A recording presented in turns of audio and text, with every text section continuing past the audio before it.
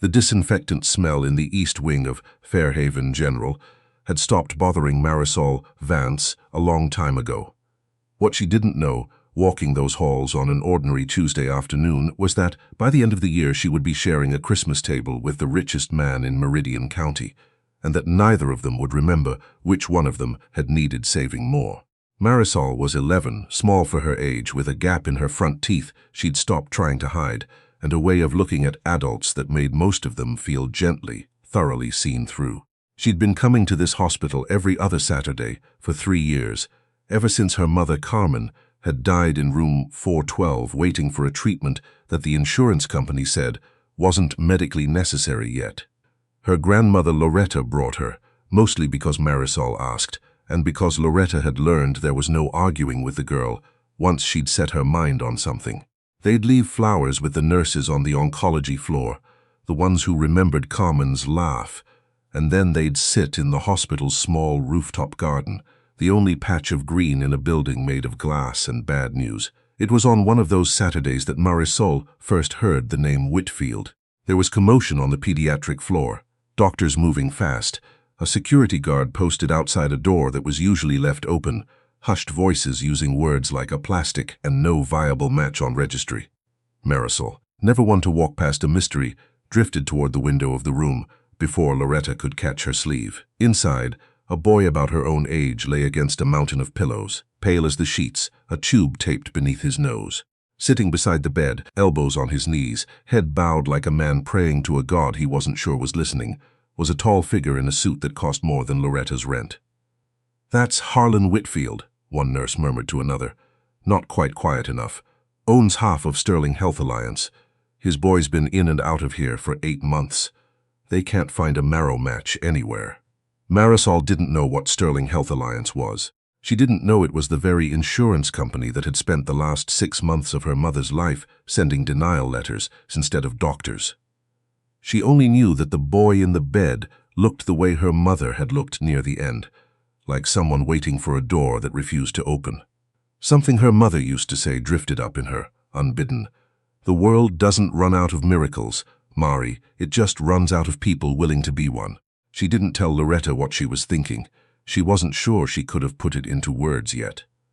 But the following Saturday, while her grandmother caught up with an old coworker in the lobby, Marisol slipped away and found the pediatric wing on her own, and she found a friendly enough resident to ask, with the particular fearlessness of an 11-year-old, how a person got tested to see if they matched somebody. The resident laughed at first. Then she saw the girl wasn't joking. It took 2 months of paperwork of Loretta saying absolutely not, and then, eventually, worn down by her granddaughter's quiet persistence and her own guilt over how little she'd been able to give the child since Carmen died, saying if the doctors say it's safe, and only if. It took a swab, a blood draw, a stunned phone call from the transplant coordinator, who said the odds of a random adolescent walking in off the street and matching a rare Marrow type were somewhere near impossible. And yet, Marisol Vance was a match for Callum Whitfield. She donated in October, in a clean, bright room 14 floors above the one her mother had died in, and when she woke up sore and groggy, the first thing she said to Loretta was, "Did it work?" It worked. Slowly, and with the kind of terror that comes from hoping too hard, it worked. Callum's counts began to climb. Color came back into a face that had been the color of dishwater for the better part of a year. And Harlan Whitfield, who had not cried in front of another human being since his wife's funeral 11 years earlier, wept openly in a hospital hallway when the doctor told him his son was going to live. He wanted to meet the girl who'd done it. He wanted, more than that, to thank her, and the word felt so small in his mouth that he almost didn't say it out loud. He found Marisol and Loretta in the rooftop garden of all places, the girl feeding crumbs to a pigeon that had clearly learned to expect her. He introduced himself carefully, the way a man does when he's aware his name carries weight. He didn't ask for and can't set down. Marisol looked at him with that unnerving directness of hers and said, "You're Callum's dad. He talks about you a lot when he's scared." "He doesn't know I heard him." Harlan didn't know what to say to that. He offered clumsily the only language he had ever really trusted: money, a trust fund, a new apartment for her and her grandmother, anything. Marisol frowned. thinking it over the way she thought over most things, slowly and completely. "My mom used to say the best way to thank somebody is to go help somebody else," she said finally. "If you want to say thank you, you could help people. Like Callum, like my mom." She hesitated, then added quieter, "My mom needed a treatment and your company said no. That's why she's not here." She didn't say it as an accusation. She said it the way children say true things, without armor, without strategy, and it went into Harlan Whitfield like a blade going in clean. He didn't sleep that night. He sat alone in the penthouse that had felt too large and too quiet since his wife died, and too large and too quiet again this last year, while his son fought for his life 2 floors below his own office, and he thought about a company he had built and mostly let run itself, trusting the people under him to make the hard calls he didn't have the stomach for. He thought about how easily not medically necessary, yet rolled off a claims adjuster's tongue when the person saying it would never have to watch what came after. By morning, he had the name for what he was going to build. He would call it the Carmen Vance Foundation for Fair Care, a fund, he decided, to cover the families his own company had failed, and to push, publicly and loudly, for reform in how claims like Carmen's were decided. He announced it 3 weeks later, sitting beside his recovering son for an interview with the biggest paper in Meridian, and when the reporter asked why the sudden change of heart, Harlan Whitfield said the truest thing he had said in years. "A little girl saved my son's life, and then told me the truth about my own company. I've spent a decade building an empire, and I never once asked what it cost the people at the bottom of it." The story went everywhere. It should have been simple after that, a happy ending arriving early, the kind viewers love and reporters move on from. It was not simple. Inside Sterling Health Alliance, the announcement did not land the way Harlan expected. There were congratulations from most of his staff, warm and a little stunned. But in the claims review division, a woman named Vivian Sackett, Chief Medical Officer, sharp-suited 22 years with the company, the person whose signature sat at the bottom of more denial letters than anyone alive, felt something cold settle in her stomach. Vivian had built her career on being the person who said no efficiently. She had convinced herself, over 2 decades, that she was protecting the company from fraud, from waste, from the impossible math of covering every claim that came in. What she had not told herself, not in so many words, was that somewhere along the way the math had started mattering more to her than the names attached to it. Carmen Vance had been one of 11 cases the previous year flagged internally as borderline, deny, and reassess, a phrase that meant, in practice, that a woman with a treatable cancer had been made to wait for approval that came 4 months too late to matter. If Harlan's foundation started reviewing old cases the way he was promising reporters it would, Carmen Vance's file would not be an outlier. It would be a pattern. And patterns had a name in the world Vivian operated in: liability. She raised concerns at the next board meeting, careful and procedural, the way she always was. "I'm not questioning the sentiment behind this foundation," she said, folding her hands on the conference table. "But reviewing historical denials sets a dangerous precedent. It invites litigation. It creates false hope for families who have already grieved and moved on." Harlan watched her while she spoke, and something in the practiced smoothness of it, the way she never once said Carmen's name, needled at him in a way he couldn't immediately explain. He'd known Vivian for years. He had always admired how controlled she was. It occurred to him, for the first time, to wonder what exactly that control had been protecting. "The review isn't punitive," he said. "It's about understanding where the system failed people. No one's being blamed for following the rules of the time. But rules, it turned out, were exactly the problem, because not all of them had been followed." That came out slowly, the way these things do. A young claims analyst named Denise Okafor, 3 years into the job, and still new enough to be troubled by things her colleagues had long since stopped noticing, had spent a quiet weekend 2 months earlier pulling old files out of simple curiosity after a coworker mentioned Carmen Vance's name had come up in a meeting. What she found didn't sit right. A pattern of denials on a particular experimental treatment. The same treatment, coincidentally, that a subsidiary pharmaceutical partner had been quietly paying Sterling executives consulting fees to keep off the approved formulary in favor of a costlier, patented alternative the partner company manufactured. Sicker patients meant more billable procedures down the line. Denied claims meant delayed treatment. Delayed treatment, for people like Carmen, sometimes meant no treatment at all. Denise didn't go to her supervisor. Her supervisor's name was on some of the approvals. Instead, nervous and half convinced she was overreacting, she reached out to a local investigative reporter named Georgia Pruitt, who had covered healthcare stories for the Meridian Courier for 15 years and had learned the hard way which nervous tips were worth chasing. It took Georgia 6 weeks to build the story properly. Internal memos obtained through a source who would only be described as an employee with direct knowledge, financial records connecting the consulting fees to specific denial patterns, and, most damning of all, an email chain in which Vivian Sackett had explicitly instructed a subordinate to hold Carmen Vance's appeal pending further review for no medical reason at all, 3 days before the deadline that would have covered the treatment in time. The story broke on a Thursday morning. By Thursday afternoon, there were cameras outside Sterling Health Alliance's headquarters, and by Thursday evening, security was escorting Vivian Sackett out of the building she had worked in for 22 years, her face arranged into the same careful blankness she'd used in every board meeting, cracking only slightly at the elevator when a reporter called out Carmen Vance's name and asked if she had anything to say to her daughter. She didn't answer.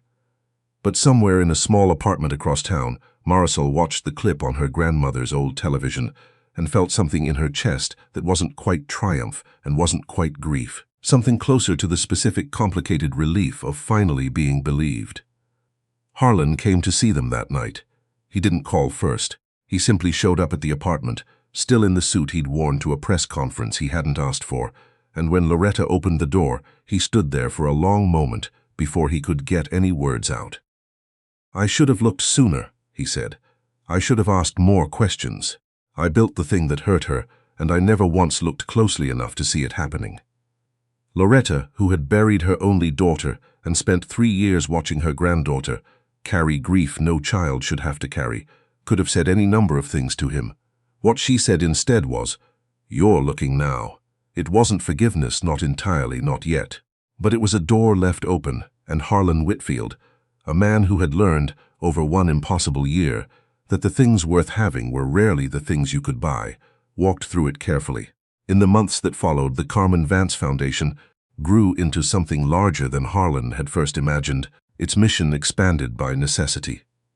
Not just funding treatment for families the old system had failed, but rewriting how Sterling Health Alliance made its decisions at all, with an independent review board that included, at Denise Okafor's quiet insistence, patients and family members who had once been on the receiving end of a denial letter.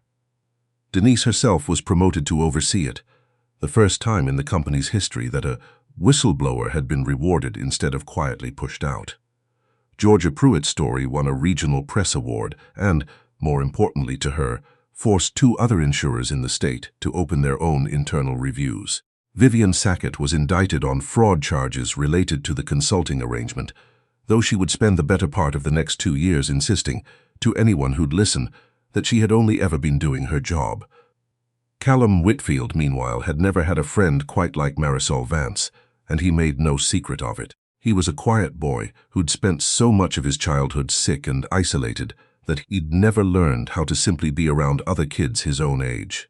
Until Marrow showed up in his hospital room one afternoon with a deck of cards and absolutely no patience for his shyness, and by the end of the week had taught him 3 card games and the correct way to skip a rock, demonstrated with a hospital cafeteria roll thrown down an empty hallway, much to the horror of a passing nurse. "We're the same now," Callum told her one afternoon, months after both their surgeries had healed into thin silver scars, lifting his shirt to show her the line across his hip where the marrow had been drawn from her own body and given to him. Marrow siblings, practically brothers, or sisters, whatever we are. Marrow laughed so hard she nearly fell off the hospital bed they were both perched on. "Marrow siblings," she agreed. "Forever." Harlan watched them from the doorway more often than either child noticed, something loosening in his chest each time. He had spent so many years certain that the emptiness in that penthouse apartment was simply the price of success, an unfortunate but unavoidable tax on ambition, that he'd forgotten what it felt like to walk into a room and hear actual laughter waiting for him. It was Callum, in the end, who asked the question neither of the adults had worked up the nerve to. It was a Sunday. The four of them, Harlan, Loretta, Marisol, Callum, gathered on the rooftop terrace of the Whitfield penthouse for dinner, something that had quietly become a weekly habit over the winter. Callum set down his fork and looked between his father and Marisol with the bluntness only a 12-year-old boy can manage. "Could Marisol and Grandma Loretta just live here?" he asked. "There's like 9 extra rooms. It's dumb that they don't." The table went very still. Loretta opened her mouth to offer some polite deflection, the kind of thing adults say to smooth over a child's directness. But Harlan was looking at Marisol, and Marisol was looking back at him, and something passed between them that didn't need permission from anyone else in the room. "He's not wrong," Harlan said quietly. "There's more than enough space, and I think this apartment has been waiting a long time to actually feel like somebody's home. He'd Loretta only if you want it, all of it. No conditions, no obligations. Just, I'd like it if you'd let us." Loretta, who had spent 3 years being strong for a grieving child on a fixed income and a prayer, found she didn't have a graceful response ready. She simply nodded, blinking hard, and reached for Marisol's hand under the table. It was Marisol who broke the silence after that, turning to Harlan with the same directness she'd used the very first day they met, the day she'd told a stranger the truth about his own company without flinching. "Can I call you Dad?" she asked. "I never really had one. And Callum has you. And you take care of him the way my mom used to say dads are supposed to. I want to, if that's okay." Harlan Whitfield, who had built an empire and lost a wife and nearly lost a son, and had, in one strange and painful year, been handed back more than he ever thought he'd get to keep, found he could not speak at all for a moment. When he finally did, his voice came out rough and unguarded in a way it hadn't been in over a decade. "It would be the greatest honor of my life," he said. Callum whooped and threw both arms around Marisol, and Loretta was crying now too, unashamed, and for a moment the four of them simply held on to each other on a rooftop above a city that had, in its own complicated and imperfect way, given all of them back something they'd thought was gone for good. In the spring, the Carmen Vance Foundation opened its first regional office, with Loretta, of all people, asked to sit on its family advisory board, her plain-spoken insistence on putting patients before paperwork becoming something of a legend among the staff within a year. Denise Okafor's review board caught 11 more cases within its first 6 months, families who received, however late, the coverage and apologies they'd been owed for years. Georgia Pruitt kept writing, kept digging, and made sure none of it was allowed to quietly fade from public memory, the way these stories so often do. And on a warm evening in early June, on the same rooftop where a lonely businessman had once found 2 children he didn't know he needed, Marisol Vance sat beside her grandmother and watched Callum chase a soccer ball across the terrace grass, laughing in a way that no longer had anything sick or fragile in it. Loretta reached over and squeezed her hand. "Your mother would be so proud of you," she said. "I think she'd say there are no accidents, just the universe finding its way to even things out." Marisol thought about that for a while, the way she thought about most things slowly, and all the way through. She thought about the mother she still missed every single day, and the boy who now carried a piece of her inside him, and the man who had turned his grief into something that would keep saving strangers long after all of them were gone. She thought about how the worst thing that had ever happened to her family had somehow, impossibly, led to this: a father who hadn't been born one, a brother who hadn't been born one either, and a home nobody had expected her to find. If anyone had asked her, in that moment, whether she would do it all again, knowing everything that would follow, the fear, the grief, the fight to make things right, she would not have needed even a second to answer. 1,000 times yes, she would have said, because family was never really about the blood you were born with. It was about who you chose to stand beside when it mattered most, and who chose to stand beside you back.